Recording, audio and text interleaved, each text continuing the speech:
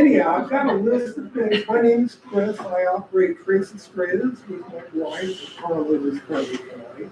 Here at Taos, but Davidson couldn't be with us, but he asked me if I could introduce Mark. So naturally, I jumped on that opportunity. So we'll have a little bit of fun with it. But see, they gave me a cheat sheet because I don't know this stuff. And this is what I've got to go over first before I get to that. At any rate, first we'd like to thank our sponsors, and they are J3 Fund of Taos, Fighting Bear Antiques of Jackson, Wyoming, Medicine Man Gallery of Tucson, Arizona, Ray and Judy Dewey, Citizens of Santa Fe, but I believe they're in Albuquerque. Yeah. Don Q. Lamb of Chicago. Thank you guys. They've underwritten the series.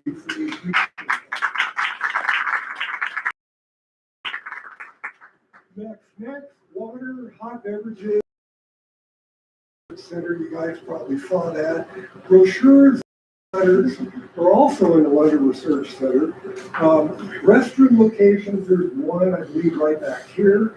There are a couple of them at the London Research Center as well. Another thing, there are some free books from Mark that he has that he's left on the back on that shelf, and they're graphic. So if they look interesting to you, please help yourself to those. There are also books available for purchase germane to the exhibitions running right now at the London Research Center. So I think that's it. I think you're back there. At any rate, donations are also accepted and welcome. Should anyone feel so inclined, there is a jar in the back, and I believe there's a QR code on a table back there. If you feel inclined or prefer to use the card for that. Anyhow, also feel free to visit the Couse-Sharp site for information about joining, and do sign up for their newsletter. There's also a sheet back there. If you don't know, tell them about other events like this one. Probably you've already had it. So, anyhow, the lecture tonight is titled, it's a favorite of mine, it's titled Cross-Cultural Naakaii Influence on Enslaved Navajo Leaders. That's kind of a mouthful, but that's really significant, probably because it's one of the more interesting and more poorly understood categories in Navajo leading. And Mark brought typically a lot of material here to kind of like tell that story. You know, and I got kind of a cool story too. This is why I jumped at the opportunity to introduce Mark, because a long time ago, in 1980, I was a college student in Austin, Texas, and I had a part-time job working in a gallery that sold contemporary Navajo weavings, pottery, jewelry, kind of stuff we're all familiar with here in this area. And at the time, that gallery invited a guy to come and give a talk on historic Navajo blankets. And that guy was Mark Wood. And the funny thing is, I was 3. Well, he's working on it. I was maybe 19 at the time, and Mark wasn't even 30. And he shows up in a cowboy shirt with a yoke and tight jeans and a ponytail all the way down his back, and he's got the coolest stuff I've ever seen. You know, I like Navajo weavings, but I really like the old pieces. I looked at those and I thought, God, these things were witness to history. Many of them predated history, in fact, the history of the West that, you know, as a kid, I was really taken with. Apache Indian Wars, Little Bighorn, all the things that you hear and you know. Well, he had things that were, you know, much earlier than that. So I was really transfixed with it. You know, and the thing that stood out, I mean, he had what you would expect, chief's blankets, probably Navajo serapes, but he had a really interesting blanket. It was a white super fine blanket with dark blue indigo patterns picked out on it. And this is a really interesting thing. That one got me. And I remember in the course of this, I asked him about that blanket. And he was eager to tell me things that went way over my head. And for one, it looked kind of like what would be called a saltillo serape today. And when I was 19, I never even heard of the saltillo serape. But the irony is, I believe, I could be wrong, the blanket that he had with him in the 1980s might be this one or one very, very close. Very close. But it looked like that. That one came to me newer than. Okay, but it had those colors. Yeah, It no, looked yeah. a lot like that. I have a few of them. So I still remember that day today, and I can still picture him too from all that time. Anyhow, cut to the chase, that was the slave blanket, and certainly I'd never heard of one of those. I didn't know what that was about. He wasn't telling that story back in 1980 yet, but he was telling people that were intrigued what he thought it was.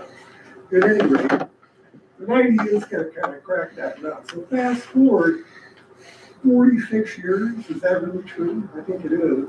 Later, Mark is the preeminent authority, on Southwestern textiles. He probably knows more about this stuff, has a better eye than anyone alive. So take advantage of that, ask this man questions. He will tell you more than you want to know. It's almost guaranteed. At any rate. So I could go on, but he'd be driving me off the stage. What about done it? I'd like to tell you a story. But anyhow, I'll turn it over to him. Thanks. Thanks, Rod.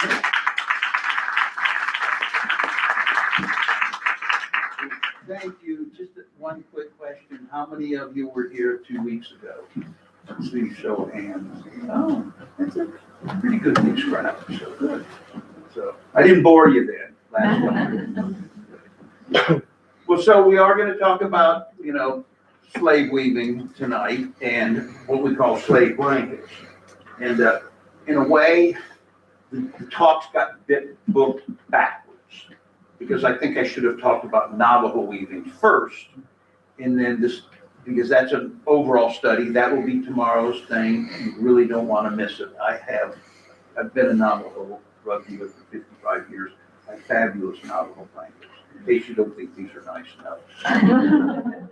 And I'll have the first phase. I'll have a fabulous poncho. We'll have really, really, really great stuff. So tomorrow night should be a lot of fun. Also, with a total different topic. And those of you who did come here, you see me kind of line these tables several times now. I just don't want you to think I don't have any more. So anyway, I wanted to say that. And so we had already booked it before Davison and I thought about it, and so he thought it was too late to change the order around. I think it would have been slightly more cohesive, but that's just fine. We'll do just fine.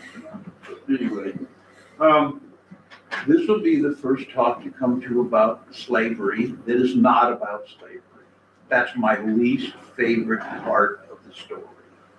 And so I have to tell a little bit about some interesting historical things I've come up with that I think you'll find interesting, but I am what I call a material culturalist. That means what I care about is the material culture that came out of the different cultures of the Southwest. So I'm really about the textiles themselves, and they tell their own story. So I'm going to concentrate much more on that, but when I remember in my mind a Keelan story, I'll probably throw in something about Navajo slavery you'll find interesting. But basically, that's my least favorite part of the story. This is a work in progress.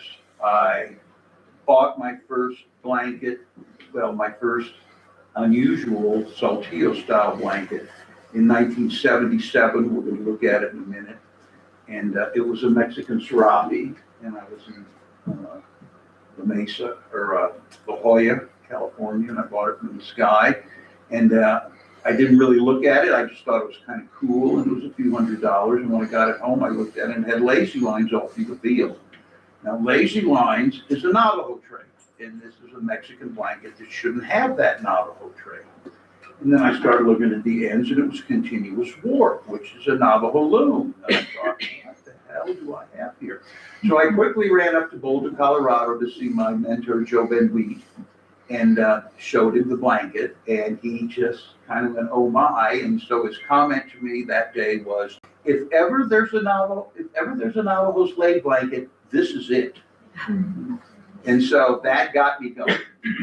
So since 1977, every blanket I've ever looked at, I sold 25 or 35,000 blankets.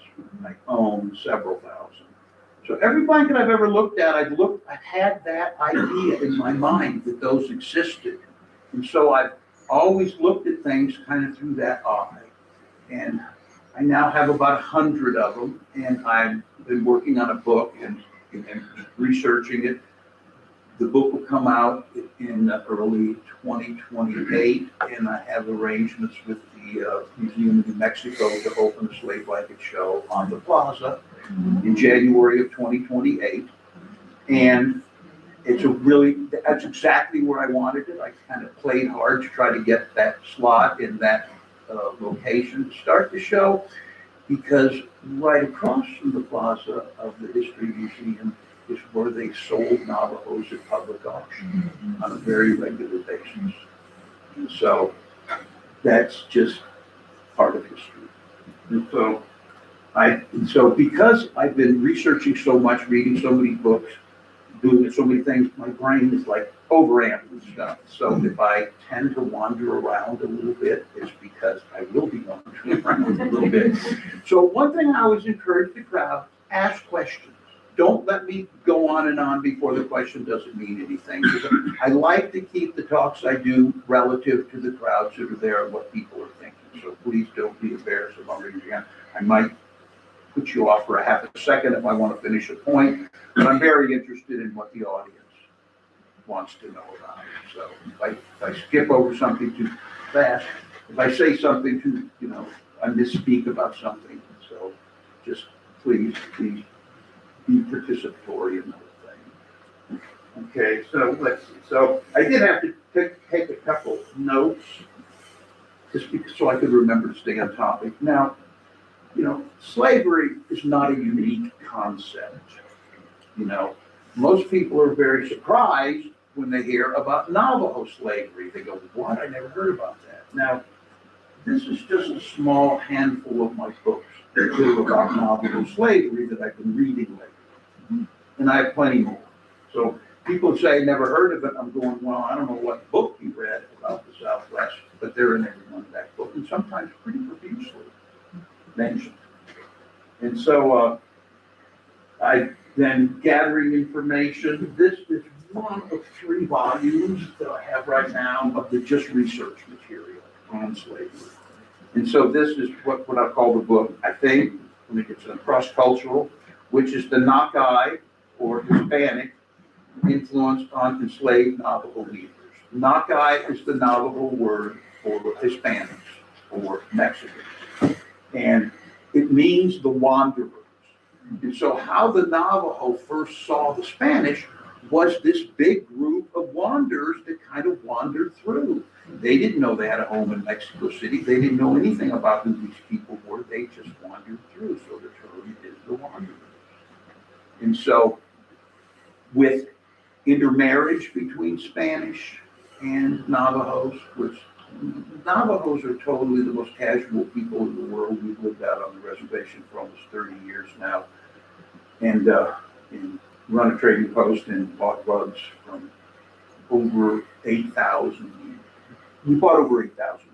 We probably only dealt with 500, 600, 700 individual weavers, but so it was a kind of good time to learn all about sort of Navajo culture. And so the Navajo clan is called Naakaii Dene, so that means it's a mixture of Naakaii, the Mexicans, and the Navajos. And so we have, in our weaving area, we have 3 different families that are Naakaii Dene.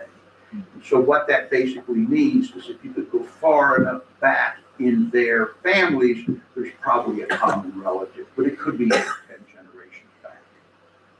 In the Naakaii Dene, probably not as much as any of the other clans like Naakaii or Nashisha or Timachini or Pia'ani. Those other clans are more pure Navajo, but Naakaii Dene. And they really didn't have any problem with that.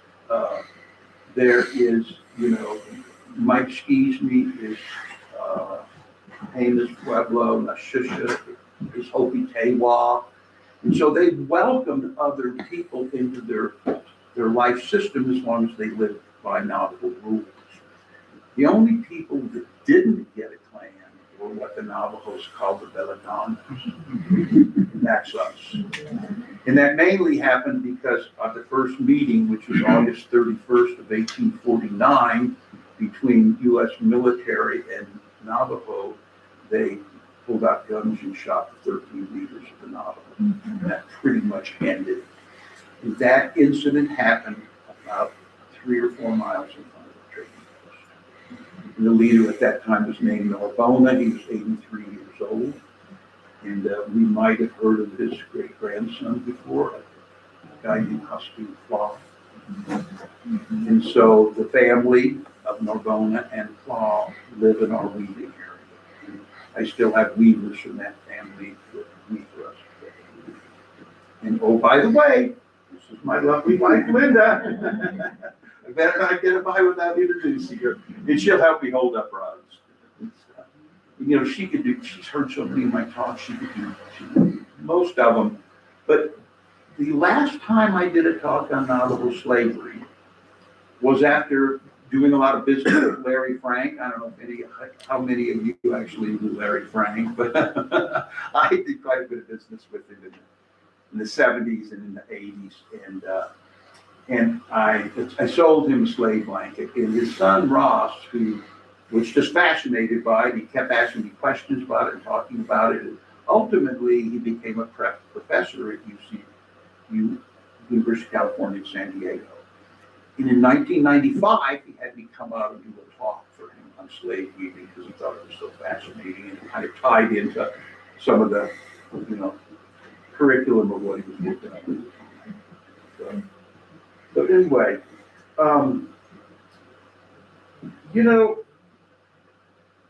the slavery was it was a human thing. It's not.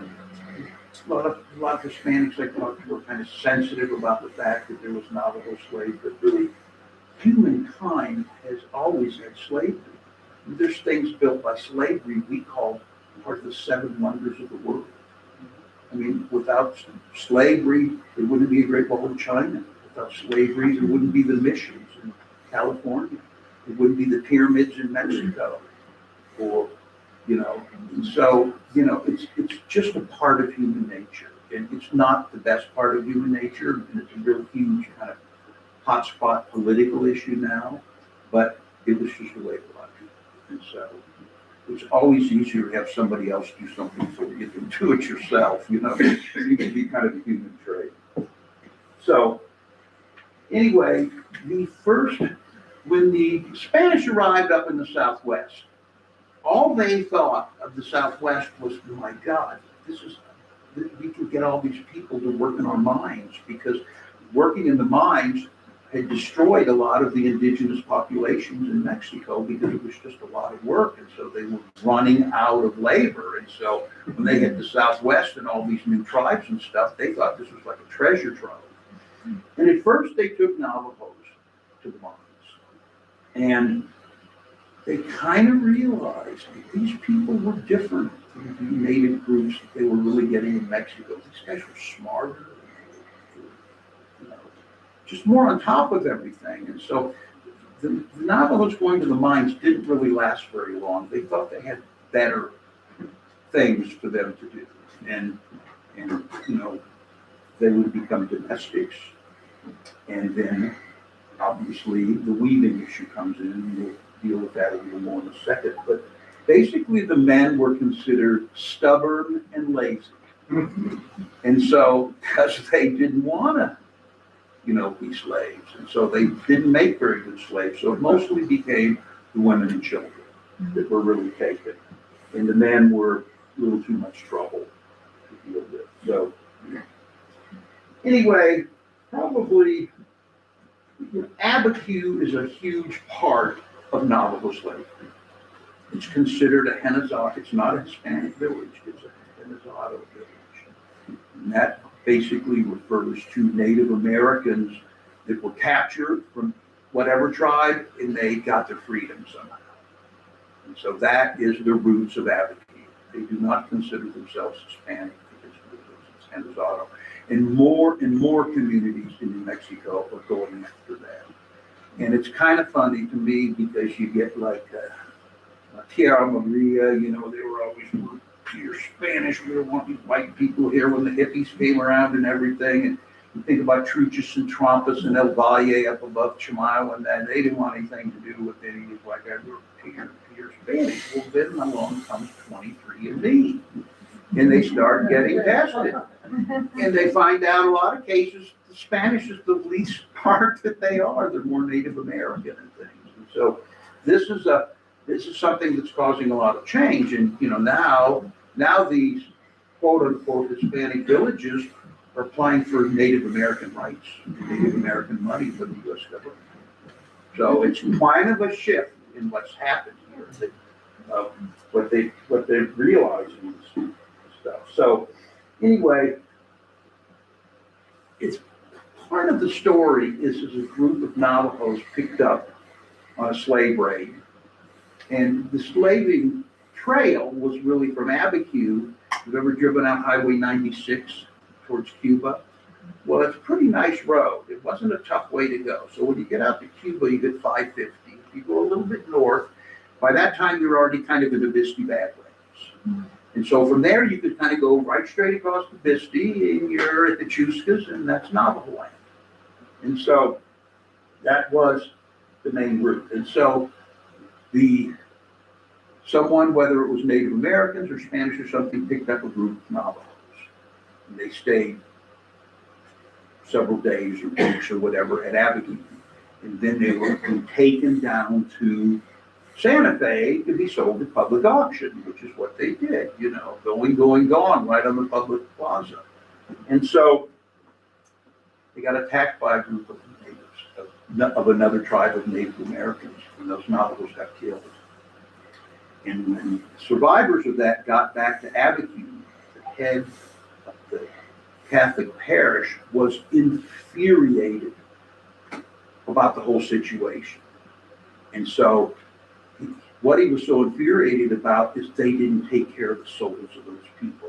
If they would have baptized them, their souls would have been saved. Then they could have killed them, it would have been fine.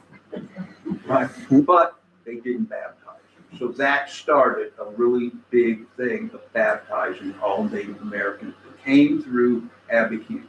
And in those baptismal records, they say what tribe they're from, they say who they're the property of, and things like age and other incidentals, and one is more important as who they belong to and stuff. And so that started. But it actually started before that. So the first Navajo mentioned in the Catholic Church records was 1694. And so there's a guy named David Ruby, I believe he's gone now. But he made it kind of his life work of going through all those baptismal records. And he found literally thousands of Navajos listed in the baptismal records. And so he did most of the New Mexican parishes. Now there's a guy, Esteban Galvez, who was he worked for the state. He was our state historian, exactly. And so he's up working in San Luis Valley now, which was another huge stronghold of Navajo slavery and that trading. And everywhere there was work and things to do, they wanted labor. And so I think it's kind of good for us to talk kind of about the traits.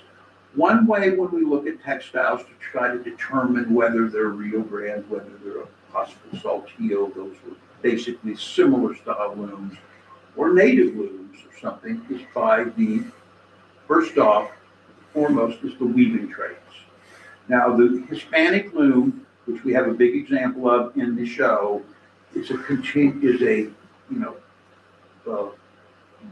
know what to say is, but the warps are strung up, and so they can be much longer than the size of the piece. So you can weave several pieces on one warp string. The indigenous loom is a continuous warp loom, and I meant to bring one and left it on my front porch. And so it was adapted by the Anasazis. The first early Anasazi loom was a backstrap loom, where they would put two rods and string warps in between, and they would attach the rod to some point higher on a tree or a building or something, and then they would have put a strap around their back. The weaver would kneel down, and by kneeling and leaning away from the front, they created what's called the tension, the warp tension required to do the weaving.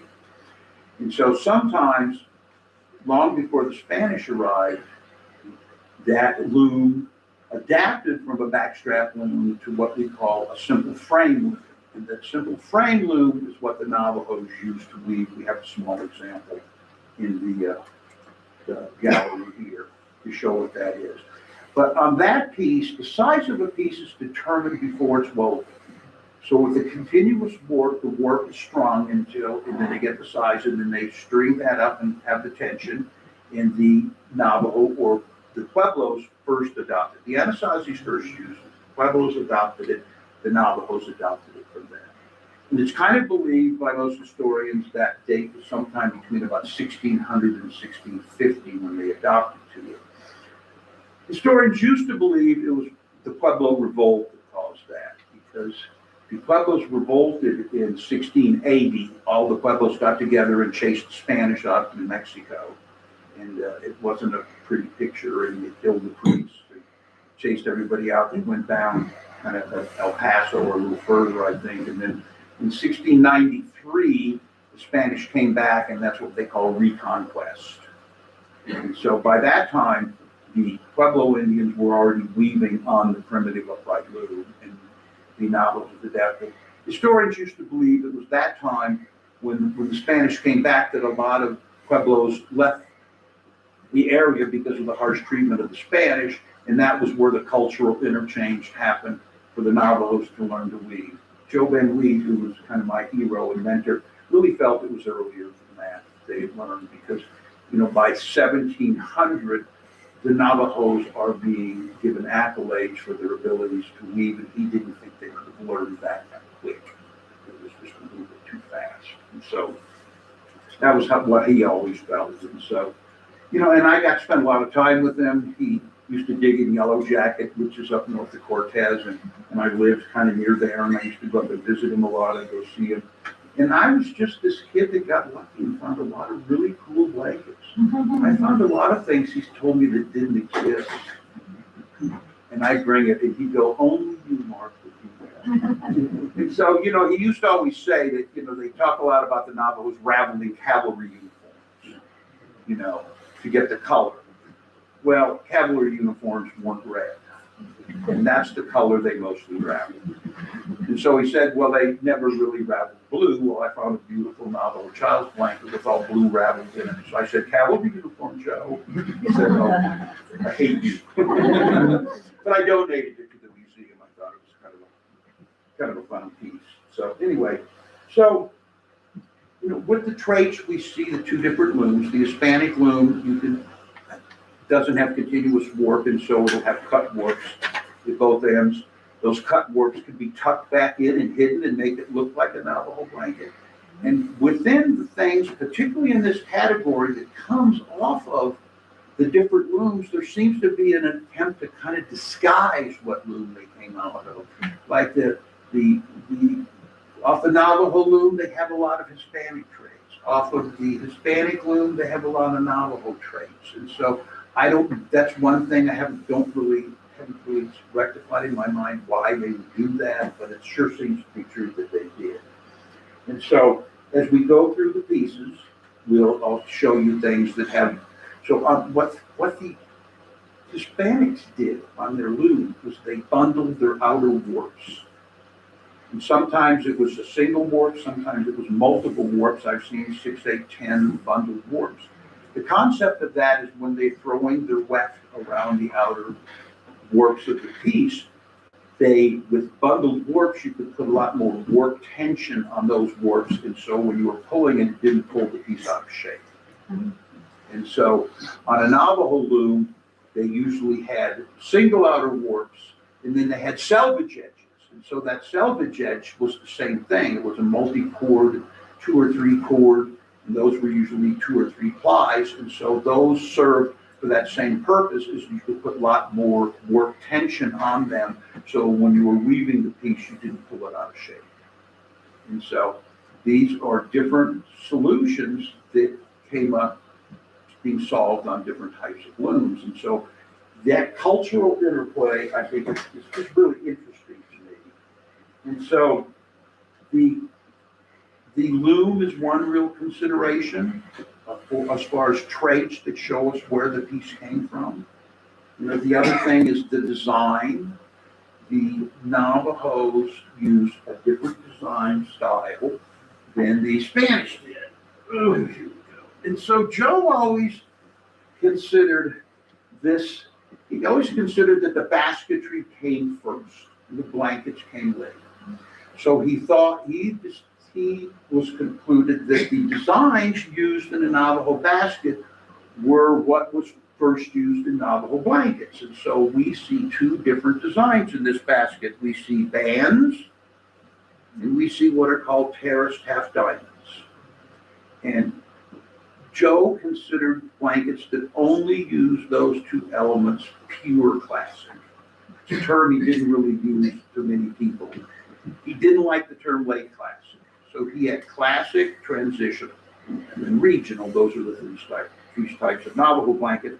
But for another type of blanket that he sort of isolated, he called them pure classic. And the pure classics only contain bands and terraced triangles. And I'll show you those designs in here, but those he considered Navajo designs, and of course a lot of designs developed from it. And here is, you'll be able to tell why I failed art school. So here, and so these designs are called terraced or stepped. Pardon my bad drawing. Okay.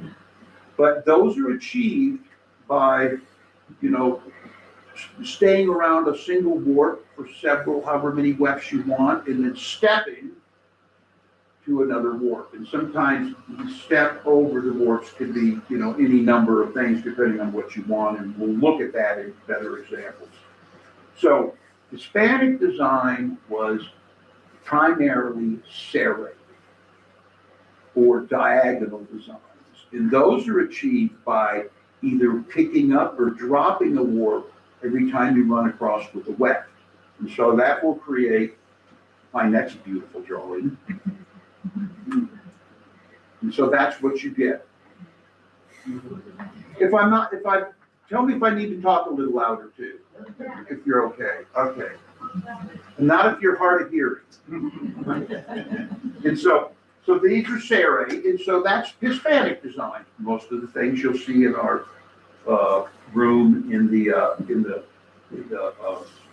fancy room, I call it, is in the saltillos. You'll see they're almost all serrated design, but that's not exclusive. I have saltillos that are terrace design too. So we always have to remember that the weavers didn't read all these books that we now read. They did what they felt to do rather than trying to stick with any culture. So here's another group of it, and this is what we call fine scale terracing. And so in a sense, it's kind of a blending of design because you get the diagonal design of a serrate, but you're stepping wefts. Okay, and so most of the early Navajo blankets are large scale terracing, and we'll see that tomorrow when I show you pieces there. Now, so here's the next development of a design is from the terracing that we saw is diagonally connected blocks. Now that is still considered terracing because it's stepped, but they no longer connect the same way as the first one I showed you. I already lost it. But these are diagonally connected blocks. So that's a little later development in Navajo design. So when we see that, that helps us date. We don't see 1820, 1830 Navajo blankets that contain diagonally connected blocks. Most people don't kind of look at it and think about whether it's a simple terrace or it's a diagonally connected block.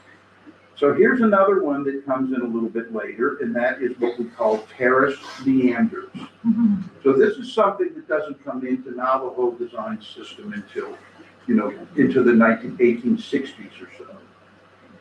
And so here you see the idea of it there. I just elaborated a little bit to show you. I apologize for my terrible drawings, but anyway, so here's the early stepped.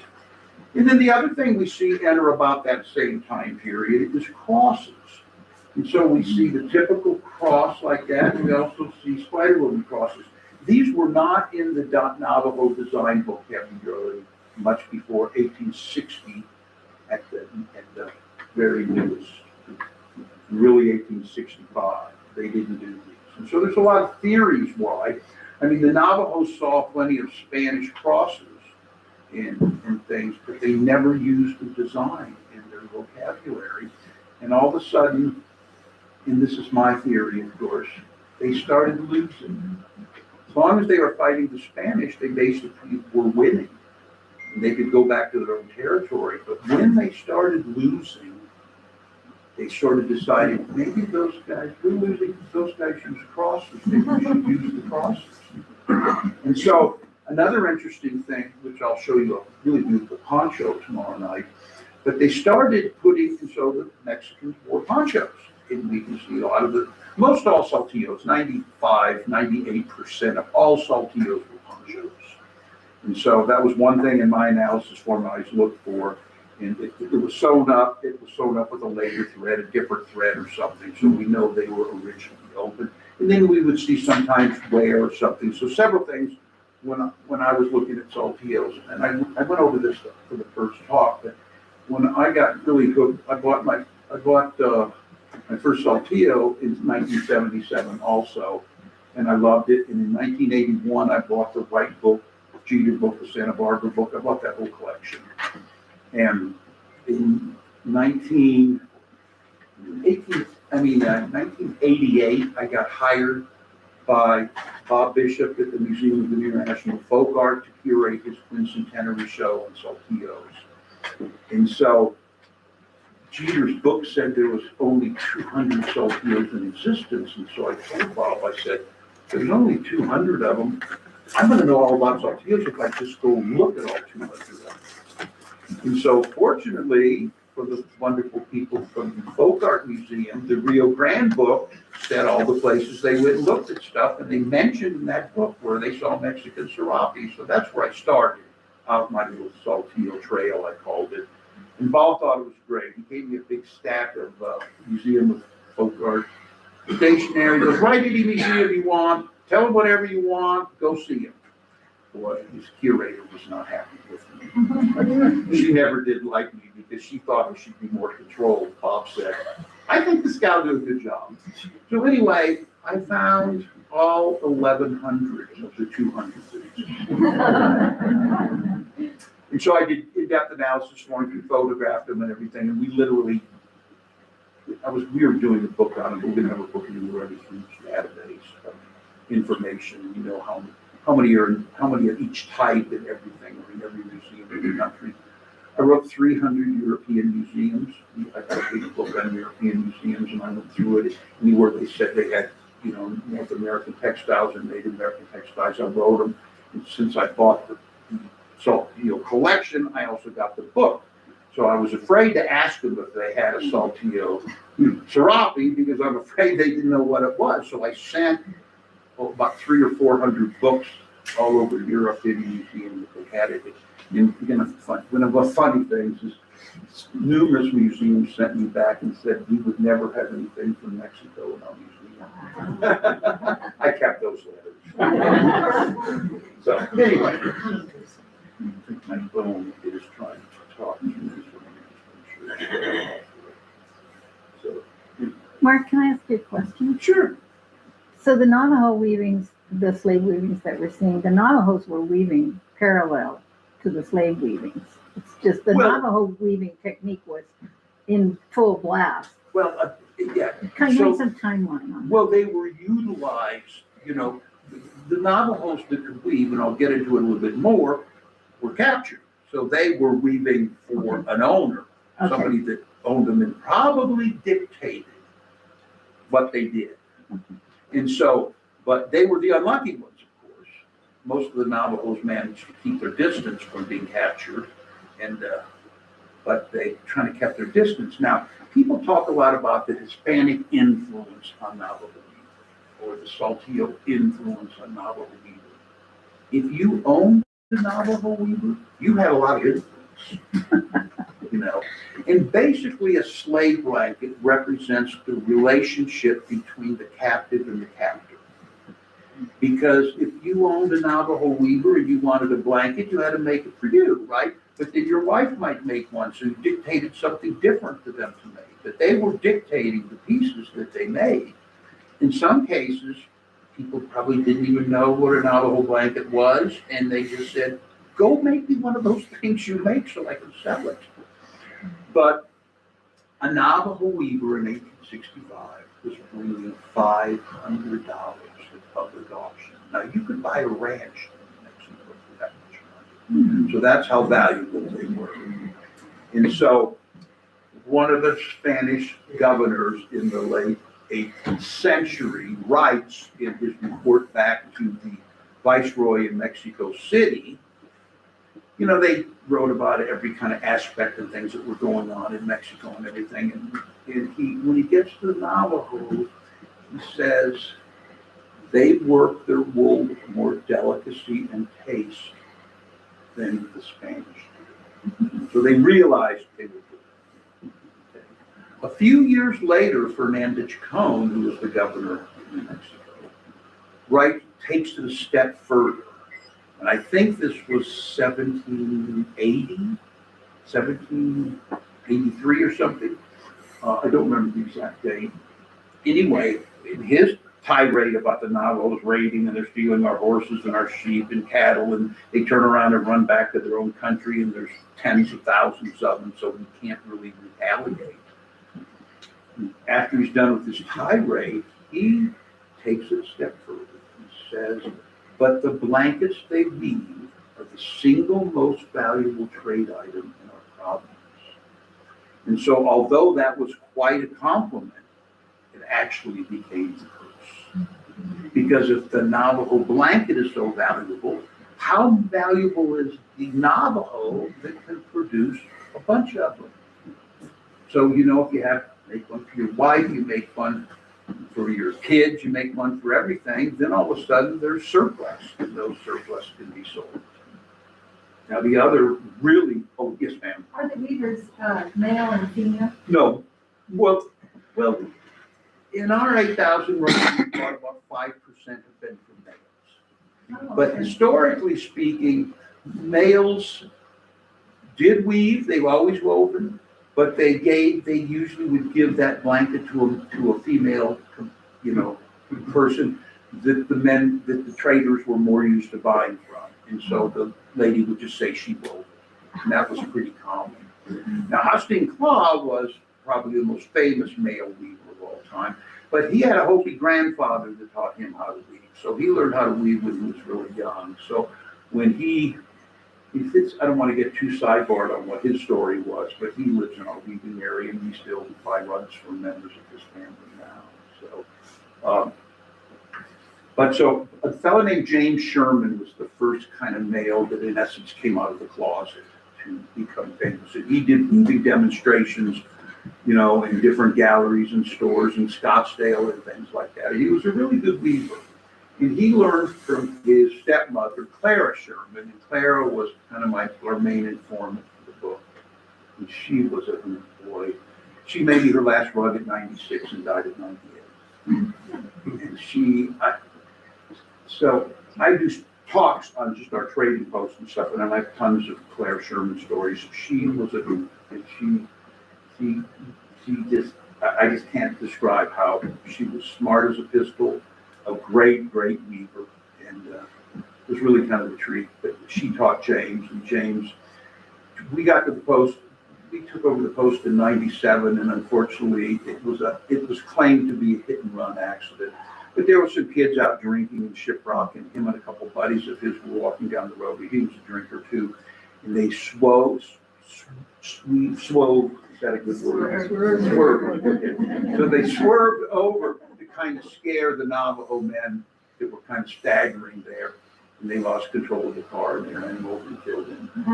And so they took off. And so when they got home, you know, the mom came out and said, well, what happened to the car?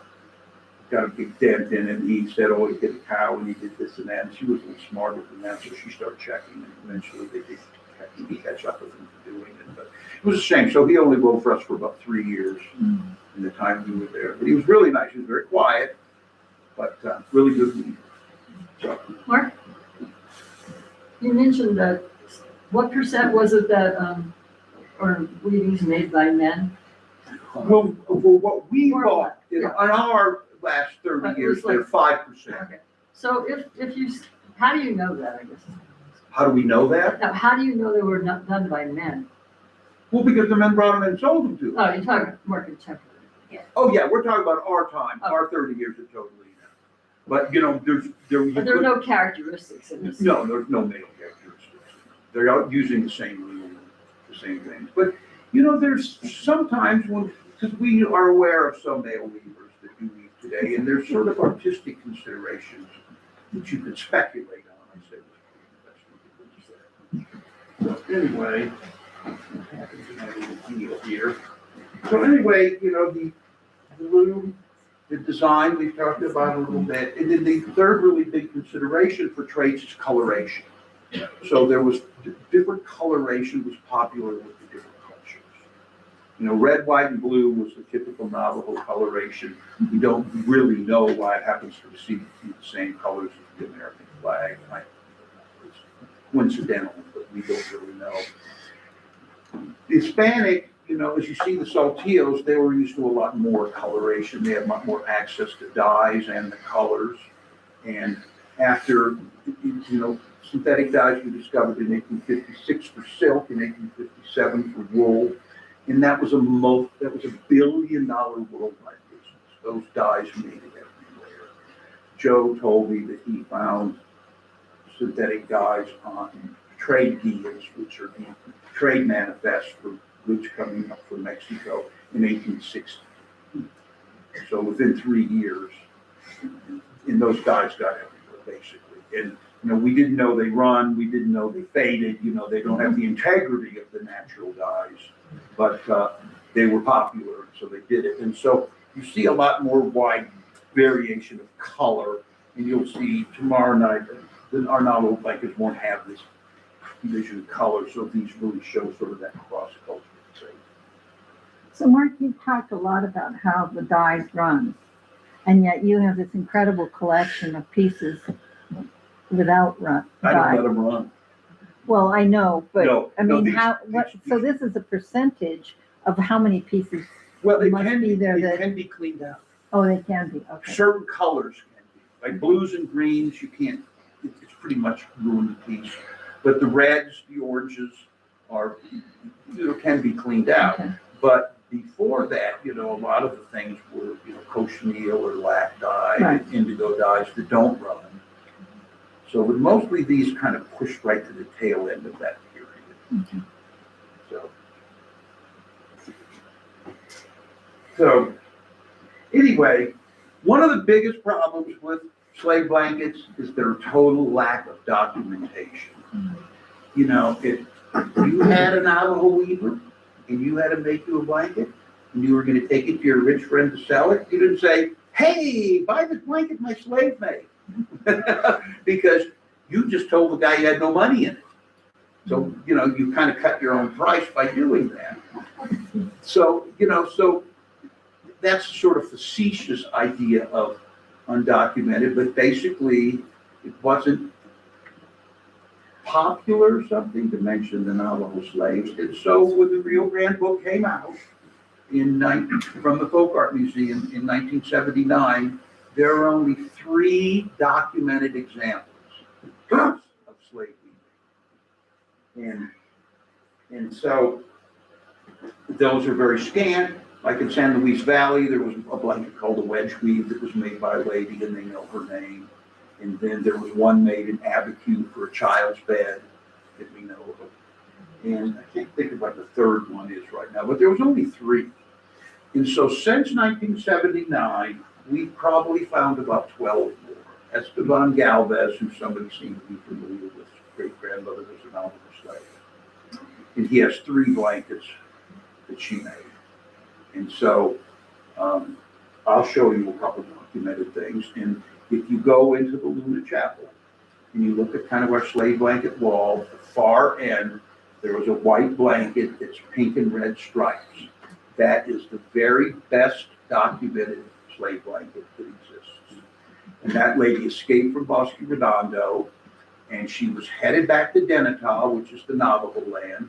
She was on the south side of what's I-40, and she was out near Estancia, and she ran into some Hispanics on a salt gathering expedition. And so they grabbed her up, and they took her down to the Manzano Mountains and kept her as a weaver. She was 25 or so years old. A 25-year-old Navajo in 1865 was a weaver. Because you don't know if you'd even get yourself a husband if you couldn't weave him a nice warm blanket. And the thing that I would say about this is, 1865 is before they put heaters in pickup trucks. Okay? So you needed a good warm blanket because you're sitting up on that horse and it might be a nice warm 30 degrees.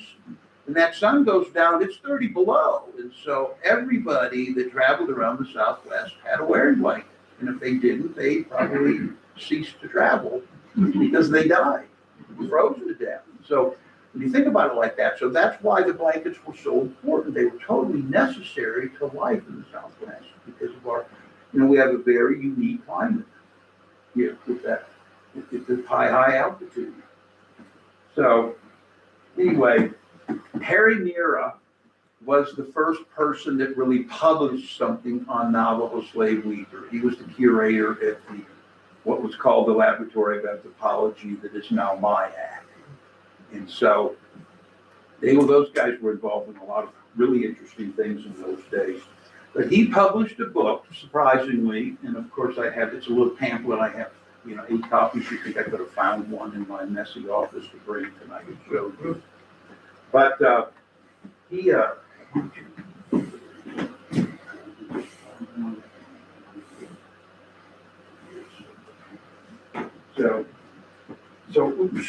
So Mira published this book in 1938 called Navajo Slave Weaving. It's a little pamphlet. And in it he shows 6 examples of slave blankets, but none of them are documented. It was his opinion of what slave blankets were. And I think he was right on. I think that guy was super smart and did pretty good. And so there's another Mira book, I think if you could find it. No. But anyway, Mira published this in, I think, 1949, but he shows a couple blankets. Now, he was a slave blanket guy, so he believed in it, and he shows a couple of them. So this is another book that Mira did, and this is on the Alfred Barton collection. And in here, there's a couple of slave blankets. Let's see if I can just find them. And so here's this little chapter on slave blankets. Here's what similar we have here. And I affectionately call these that we're going to get to bubblegummers, because they remind me of a bubblegum thing that has all the colors in it, So this might take nerves, especially like that one right there. Just reminds me. But so this is sort of a bubblegummer one. This is a slave blanket that has a Saltillo design. I know I'm way too far from you guys, but let me just go ahead. And so I have one made by the same maker, very similar to that. And then this is another one that's a real famous slave blanket in the Barton collection. So he was a real fan of them. So anyway, we're going to look at blankets now, and so we'll try to tell you stories about it as much as we can. I have divided my slave blanket collection into types, and so we're going to follow that idea of the types that I'm using, just because I can. And so there's basically 2 types. There's ones made for the Saltillo market. So the Navajo weavers were probably taken to Mexico and made to weave for the Mexican market, and they were kept in New Mexico also. Now, there is an incident where a group of Hispanics that had with them a group of Navajo women were accosted by U.S. troops down near the Mexican border. And they asked what they were doing with the Navajo women, and they heard sort of nebulous sort of answers that they didn't like, and so they started investigating who these guys were and why they had 10 or 12 Navajo women of weaving age with them. And all of a sudden, it turned out a couple of the Hispanics had friends with officers at Bosque Redondo. So they completely dropped the investigation. What year is that? What year is that? During Bosque Redondo, which would be 1863 to 68, 64 to 68. And so, another terrible story, but I think it tells the story.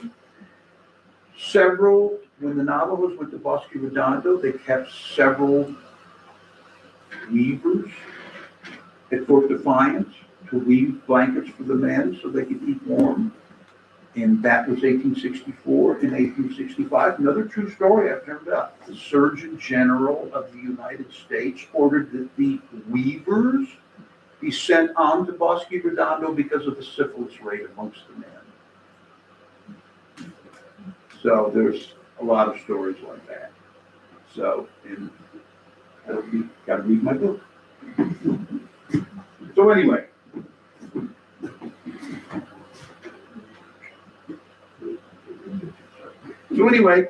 In 1977, I was in La Jolla, California, visiting with the dealer, showed me this blanket. I thought that's pretty cool. Okay, let's go this way. So I bought this blanket, I got it home.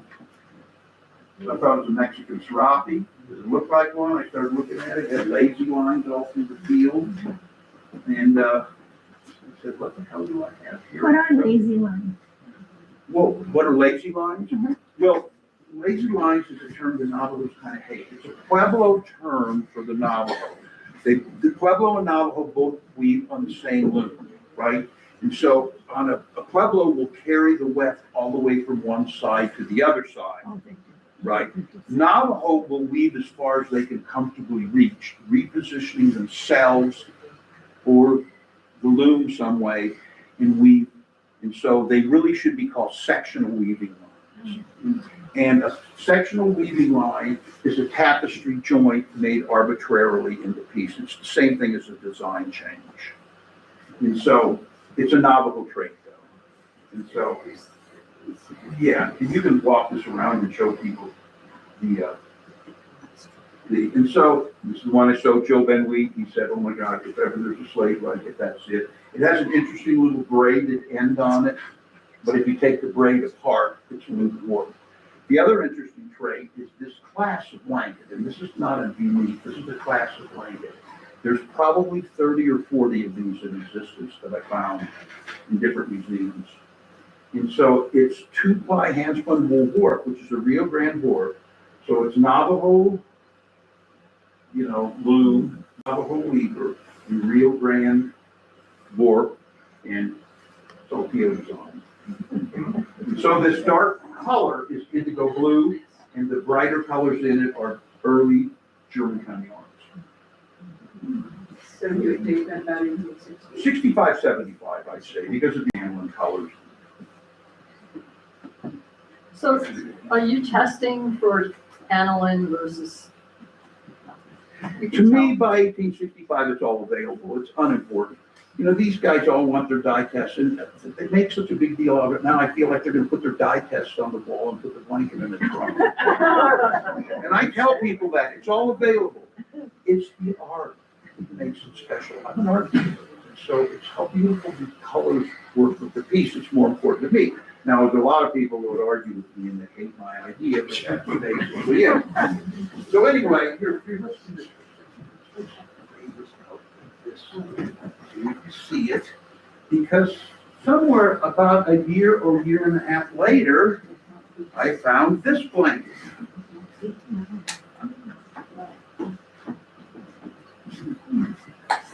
And so it contains what I call a fingerprint of the weaver. A little more It's than a the same weaver. They're exactly the same length. And I remember talking to an Oriental Road guy sometime, and I said something about the fingerprint of the brother. He said, you idiot, there's no fingerprints on textiles. I tried to explain to him. I was really using the term differently, but no, he hated me by then. But it was really interesting because I found this about a year later, and I obviously recognized it was the same weaver. And And so I found two more by the same weaver in the last that many years, but I found this one pretty right away. So pretty cool, huh? Pretty cool. Pretty cool. I was pretty thrilled, I think.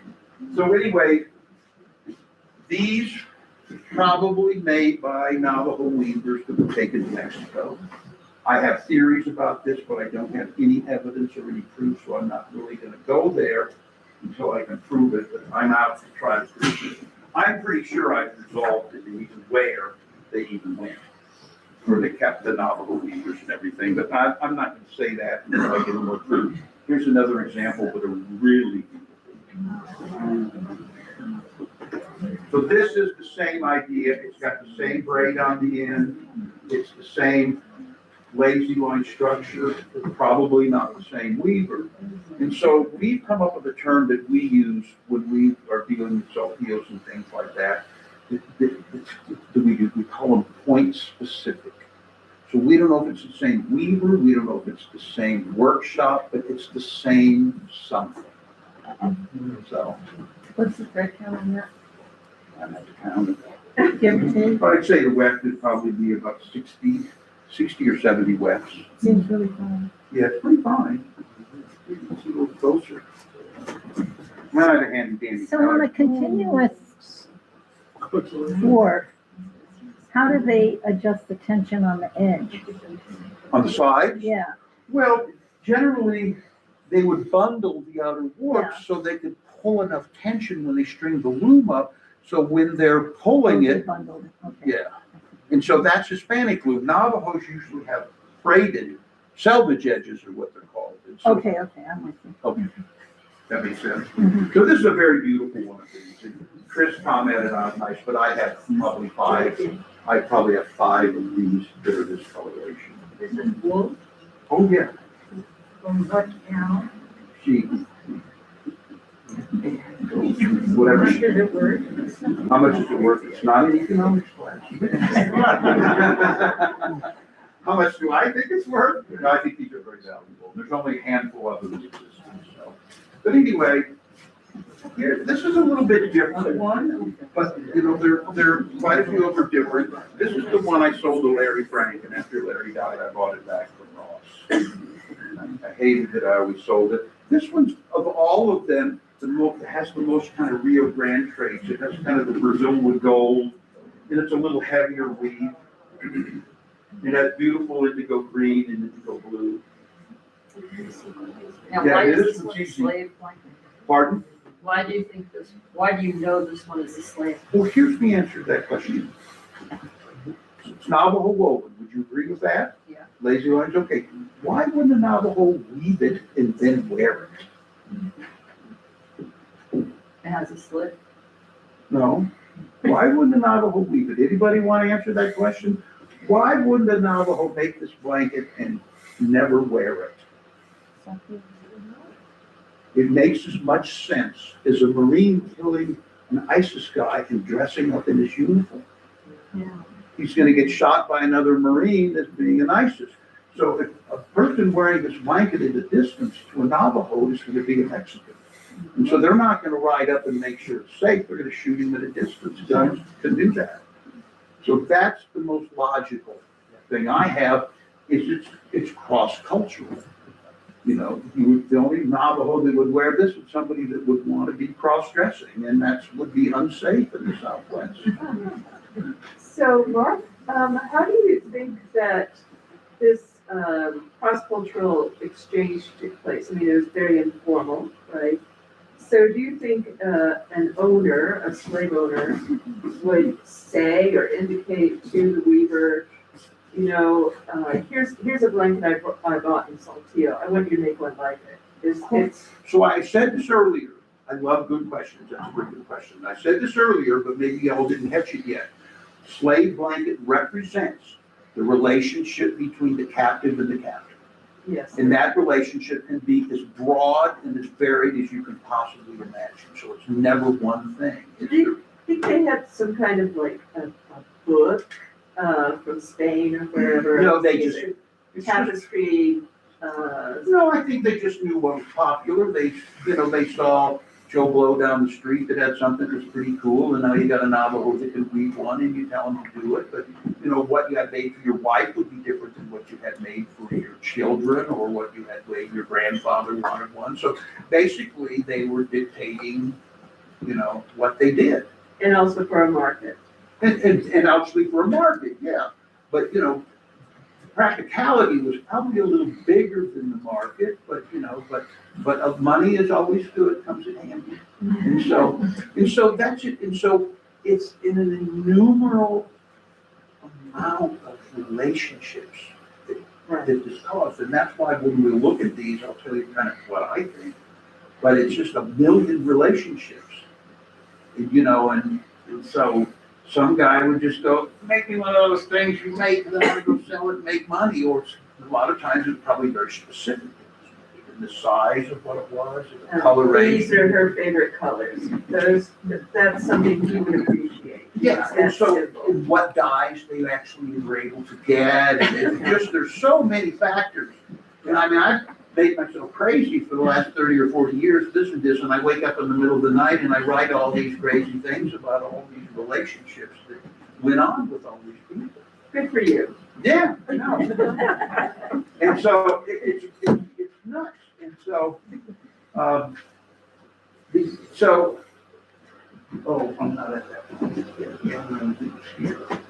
So anyway, so these are made for the Mexican market. Now we're getting more for the Rio Grande. Mark, I have a question that relates to something you said about the last one. Yeah. I wove and I did a lot of indigo dyeing. You used the term green indigo. Yeah. What is? It's dyed yellow first and then given a bath in the indigo. Okay, thank you. And so you can actually see some of the yellow fiber that doesn't get it. And depending on the color of yellow or the color of blue, it can be really pale green, it can be really deep, dark, beautiful green. That good? Yes.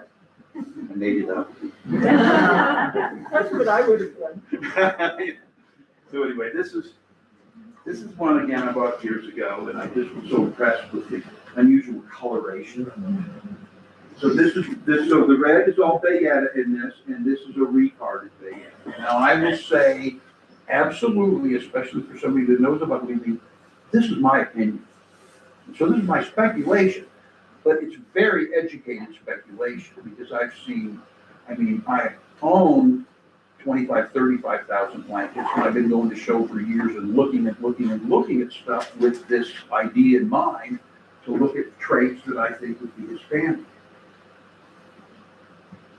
So, you know, this is just doesn't have the boldness of Navajo blanket.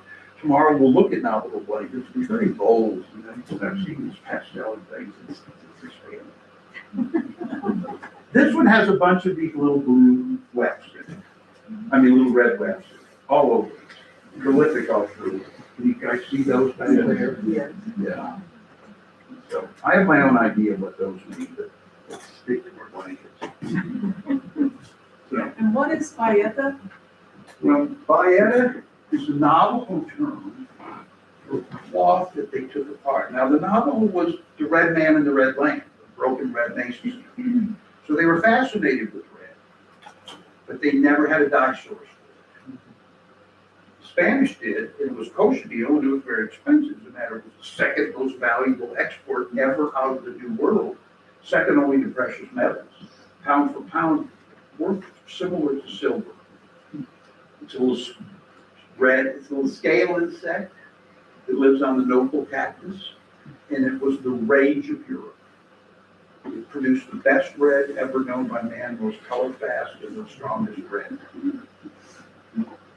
You know that we have cochineal there up in Taos? We do now, yeah. It wouldn't have been there 150 years ago. But with the climate change, we're seeing it up. You had a ranch in Arbalise right on Lake Navajo, and I had cochineal on my property there too. So, but yeah, you can see it, and it's a little scale insect. It looks like it's kind of cottony, white-looking stuff. And if you ever go look on those and you can pull it off and squeeze it, boy, it'll be bright red between your fingers and it'll stain your fingers. So anyway. You guys know I love wearing. So anyway.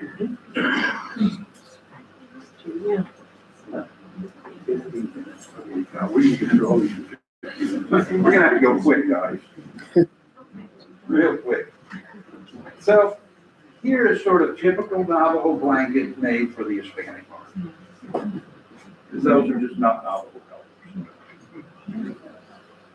And so a lot of times, the coloration, which we're not gonna get to see as many of them as we want, is purple, red, orange, or red, orange, purple. I call it ROP, R-O-P. And it's a common coloration in a lot of these blankets. Now, this one I bought had a really old tag on it, and it said 1936 slave blanket. So that was kind of fun. But really, what told me it's a slave blanket is the coloration. These are real grand Hispanic colors. No, some Navajo is not gonna wear this blanket. So, we'll go fairly quickly here. Sorry, I have another question. That's So fine. the selvage edges are also finished in an interesting way. Is that always typical of a slave blanket? Well, every Navajo blanket salvages are finished in a different way. There is a Navajo way that maybe a grandmother would teach the daughter or granddaughter, but basically, once they do it, they start doing those things. But these are not very typical Navajo salvage edges, They're not? although they are. Okay, it looks like an overcast stitch to me, like right here. Well, yeah, but it's not. It's actually done on the clouds on the So it's woven into the piece. So the selvage is attached before the piece starts to get woven. So this is just another one, great piece. And, you know, and I saw this at one of the White Hawk shows about 3 or 4 years ago. And I saw it at the bottom of the stack. And I used to like to go in the early mornings before any of the dealers came. You can get in early if you want to. It's a great time to pick up things, you know, the prices are up there. So I saw this sitting in a stack, just a little tiny bit of it. I'm going, wow, that's a slave blanket. And I walked over and got it, and I kind of know the dealer, he's a guy from Denver. And of course, I took it out from the stack and looked at it, and he said it had on it slave blanket. So I said, why do you think it's a slave blanket? He goes, I don't know, I don't even know what a slave blanket is. It just seemed like it to me. I thought, you were right. Good thing. Yeah, he was a really smart guy. So here's another, you know, banded Navajo blanket, but this has all the ticking and everything of a real grand blanket. And a lot of the red in this is recarded bayetta. Now, did I finish your bayetta? No. Question? Yeah, I'm sorry, I got distracted. But anyway, so the Navajos would, in their rating of the, who asked the question? Okay. So the Navajos, when they would rate the Spanish villages, they take any piece of red cloth they could come up with, anything that was red. And they take it back to the ladies, and the ladies would painstakingly take it apart strand for strand. And they would use it back in the blankets for the color. Now, it depends on the weight or the dimension of the material being used. It could be a single strand of it. They could ply it back together. I've seen as many as 8 strands that they had applied together for a single weft. But if it was a kind of heavier material, they could be single too. So really anywhere in between. But it was just used for the color. And they never, until they were able to get the commercial yarns for things. So basically, the first mention of red in a Navajo blanket in a Spanish document was in 1780. They mentioned them using red. The dresses that they made, they used 2-panel dresses they made before that were described as being brown bodied with blue end panels. And in 1780, they mentioned the Navajo as actually wearing red. So the red obviously came from the bayetta material. Now, I happen to own a Navajo dress that is brown and blue. And Joe Ben Lee called it the earliest piece of Navajo. And it came from a cave right up above where my trading post is years ago. And I didn't know that until much after we had the post that that's where it came from. And so when the Navajos came to go through our collection after I gave it to Fort Lewis College to repatriate, I thought we'd lose it because the history went back to the reservation and everything. There's this beautiful early blanket, unbelievable. So I thought I lost it. So anyway, old Mr. Begay, he took one look at that blanket and he goes, all he saw was his great grandmother's chingies all over the dress. He wanted nothing to do with She goes, oh, yeah, they take those dresses off and they lay them everywhere. We don't want anything to do with that. I thought I lost it for sure. But thank you, Mr. Begay, we still have it. So now those are banded blankets. So the next type I go to are banded and designed.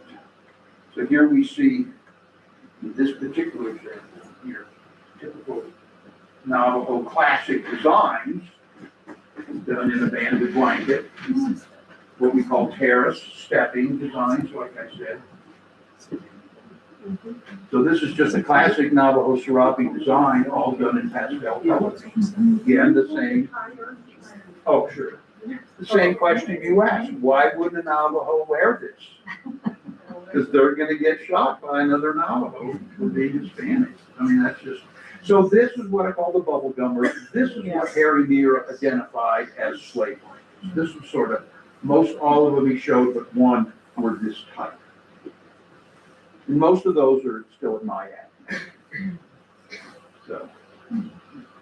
You know that was DNA woven because it's for salvage?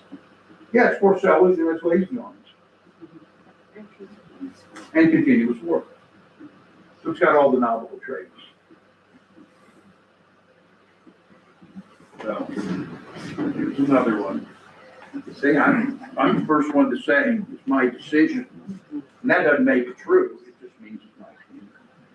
And so, I know it's gonna be a very speculative book and I'm gonna get all kinds of flack for doing it, but I think I'm showing a real interesting side of Navajo things. So, this is a pretty cool one here. And so again, it's pure classic Navajo design. Step, and see, here we go, those are the step triangles that Joe Bentley talks about being pure classic. The earliest used, that doesn't make this the earliest, it's just a very traditional weaver that's only using step terrace designs and things. But then that beautiful yellow and orange and everything's like, ah. So, this is another great bubble gummer. I took great pride when I would find these, I'd say, oh, I see them a mile away.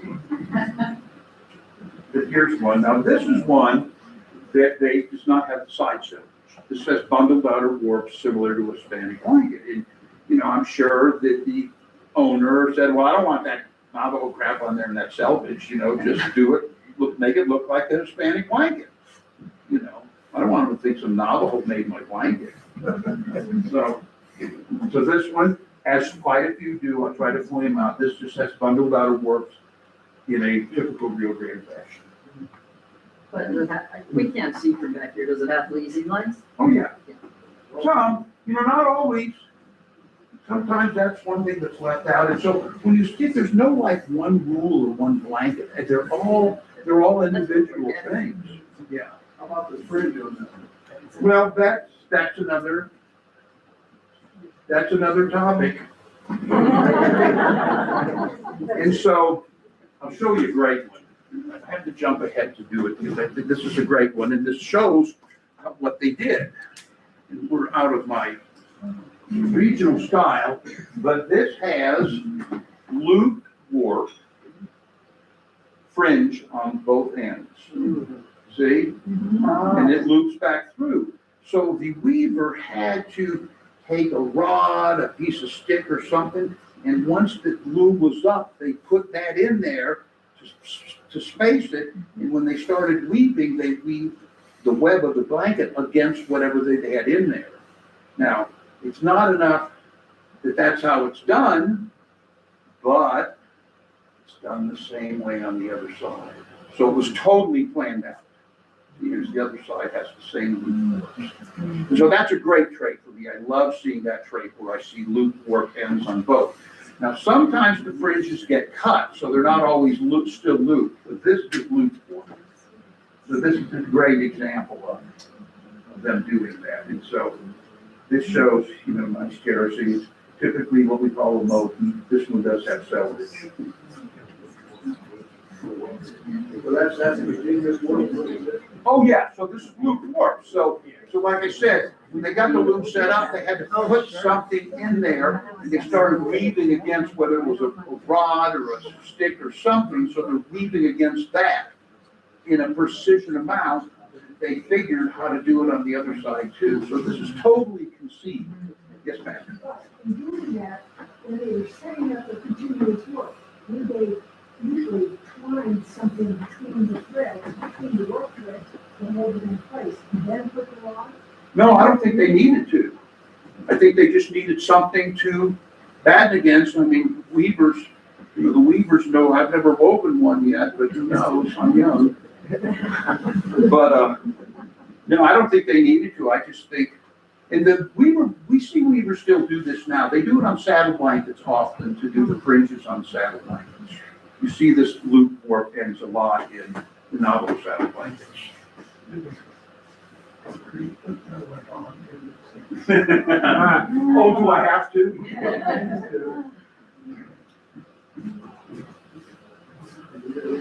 Yeah. Oh, yeah. How's that, guys? We are kind of running out of time. Isn't that wonderful? So we're running out of time, so I'm gonna have to run through. So. The color contrast. Anyway, beautiful, they're beautifully, I mean, it's very well conceived, so the design works exactly like it's conceived. So, now this is a real cool one, I just love this one, because this is the classic red, orange, and purple, the rope, I call it. And I never noticed it until fairly recently, how many of my different slave blankets are red, orange, purple. Here's a great example.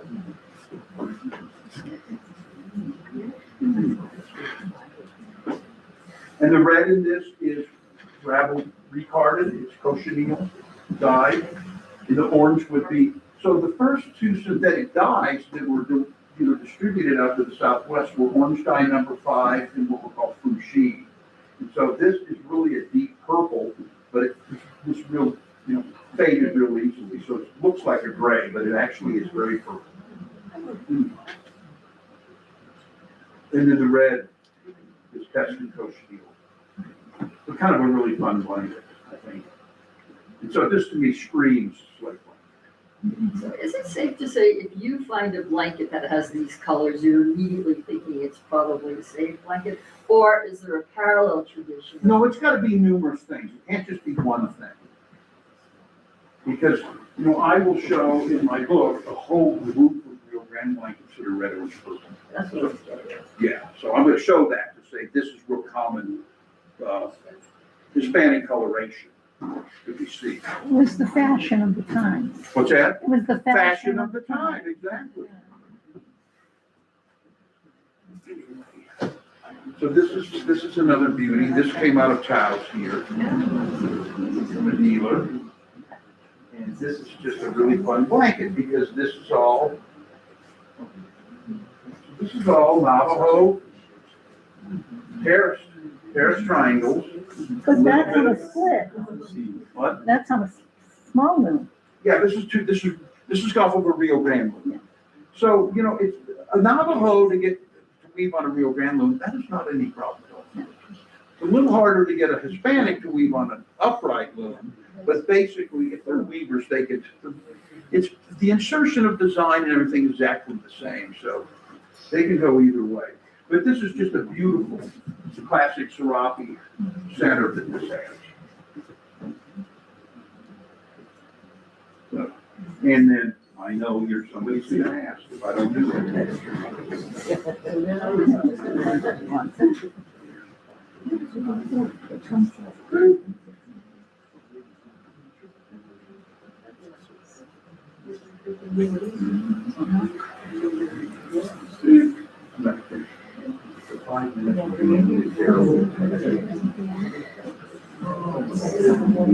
That knife's down the center of the back. Am I in the middle of the back, by the way? Close. Before I drag it out. It is. This is off a Rio Grande loom. So, if you had a Rio Grande loom in your Hispanic house, you're not allowed to leave it back because you didn't want to necessarily have a native blanket. I mean, think about this in terms of an endless number of human possibilities.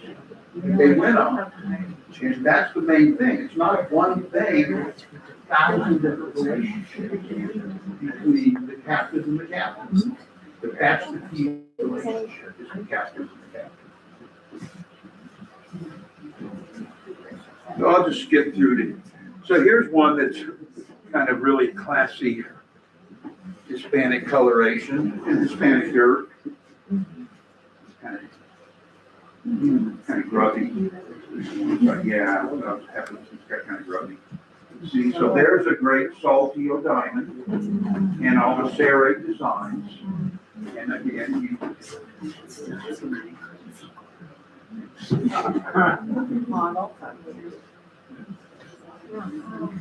it has all the traits of an Navajo blanket. This is Hispanic coloration. This is what you see in Rio Grande. And generally, when you see Navajo blankets that have these kind of colorations, they have other traits that make them. So now this is a fun one here, because this, I'm going to have to jump ahead. Maybe I should go a little further here. Now let's take this blanket. This is a documented slave blanket. The Navajo was from around Gala, and she was captured. She was taken to Okate, which is out. Some of you know more about where Okate is. And she was in Mundragon, I think, family in Okate, and they did a estate sale in the like 1930s or so, and they had the weaver name and all the information on it. So this is a documented slave blanket. We know about the Navajo weaver that made it. And I bought this years ago from a gallery in Santa Fe, and had all that history, and I loved it. They thought it was a little too plain and wasn't worth anything. Yeah. I died. This is one of the documented ones. So obviously, it's every relationship. It's just not one thing. But this is one of the more recently found 10. Now here's a really fun one.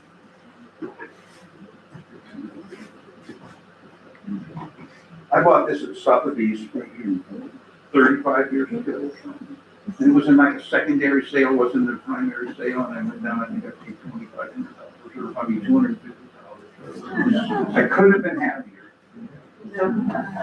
So that's a classic Saltillo design, center diamond, border design, and Redwood's purple.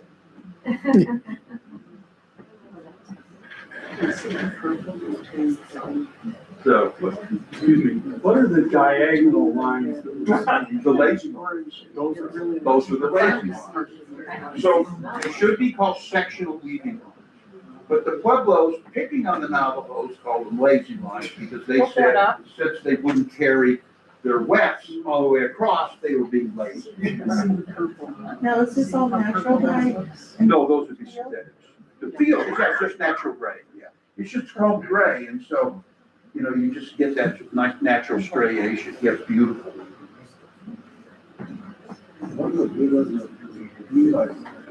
Yeah, yeah. Let's go. So anyway, here, so one of the blankets that is a slave blanket is what we call a wedge weave. And an earlier term for it was cold warp, but that was a little bit deceptive because they weren't really messing with the warp. They were weaving. And so this is a very early, these types of blankets were real early Navajo attempt to do serrate design. They didn't necessarily know how to do it. So this is actually woven that way. So rather than weaving, you know, serrate pattern, which the Spanish understood, the Navajo actually wove diagonally. So they started right here. There's the wedge. And then the rest of the weft is packed against the wedge. Now, when you take them off the loom, because of the tension between the weft and the warp, they will have a tendency to pull out of shape, hence the term pulled warp, because the warp gets pulled slightly out of shape. And a lot of these that are sloppier, this happens to be a beautifully fine one. This is sort of classic Bosque Redondo style center. I'm out of time, but I'm gonna keep going. Everybody can leave if they want. In the meantime, we're gonna look at blankets. So here's a more classic wedge weave.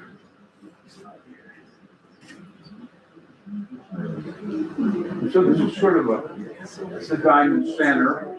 And so this one is an unusual type of wedge weave. This is what we call pulled off the center. So the center is straight tapestry, but then the wedges go back and forth on both sides.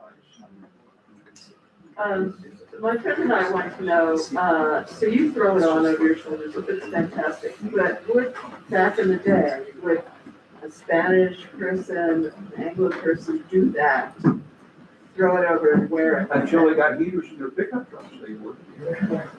Throw it on over whatever they were wearing, put their hat back on. And they became very fashionable at wearing them.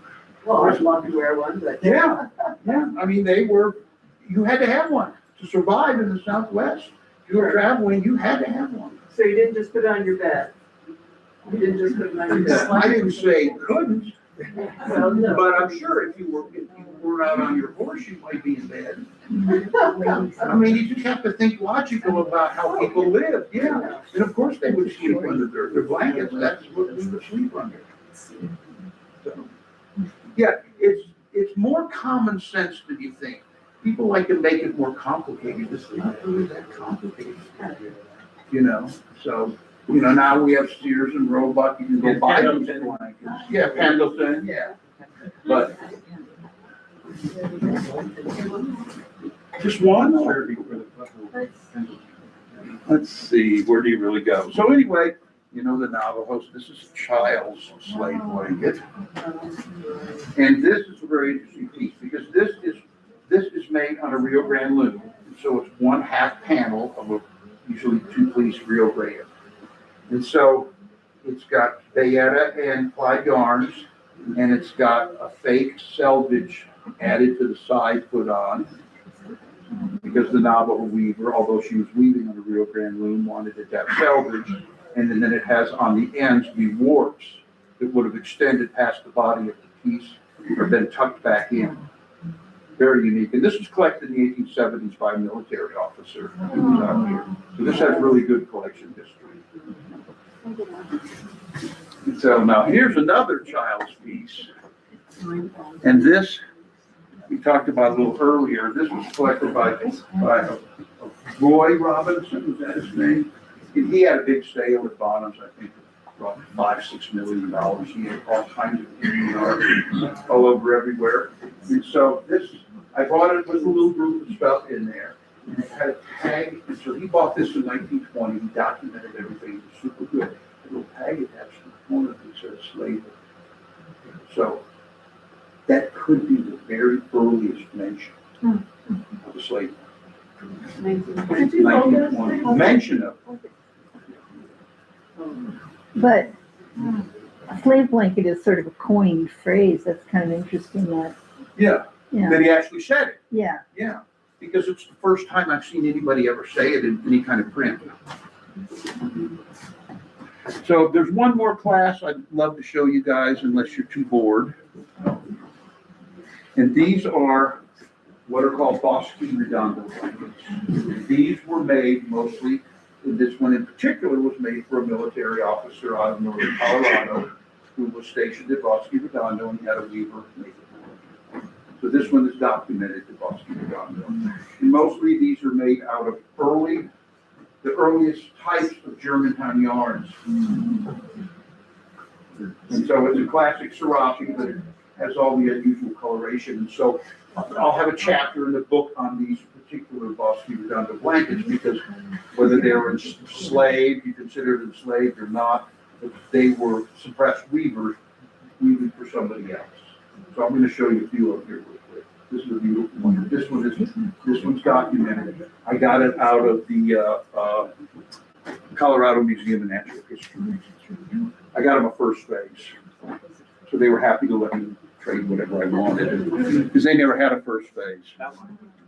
So this is another really good. Now, often these blankets are really long and narrow.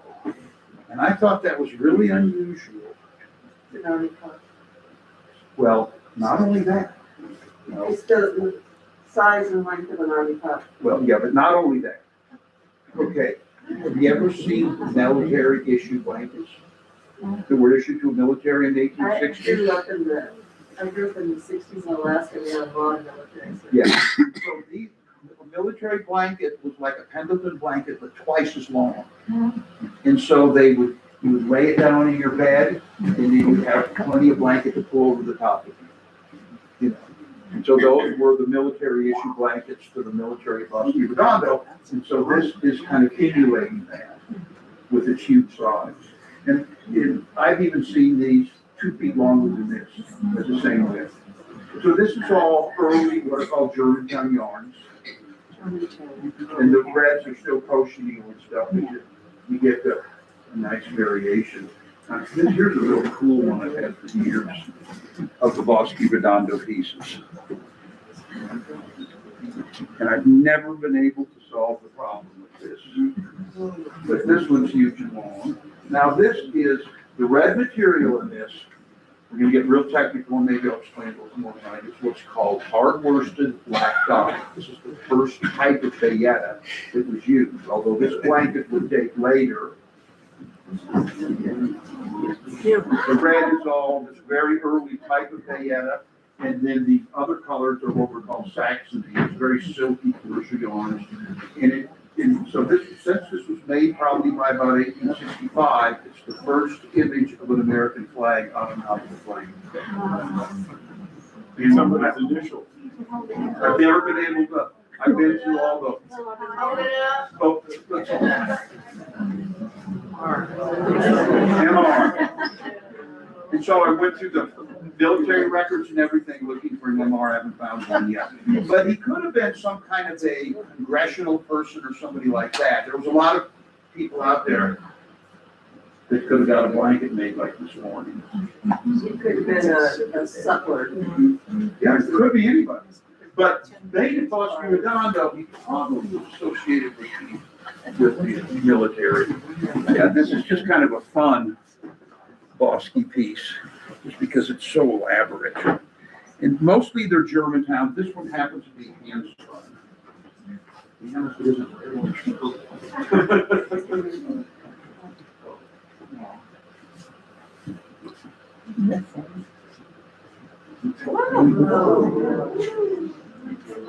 Isn't that a beauty?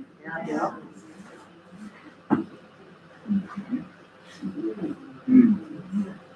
So obviously, when you put this on, it's fabulous, but it's huge, which is pretty typical of these Bosque pieces to be really large. So. I won't bore you anymore. Except. Yeah, one more. Yeah. So this is one more. This is Navajo woven in the style of a Rio Grande. It has the lack of side salvages and bundled outer works to even make it look like a Rio Grande. And then it has all the coloration and everything of a banded and designed Rio Grande blanket. Huge.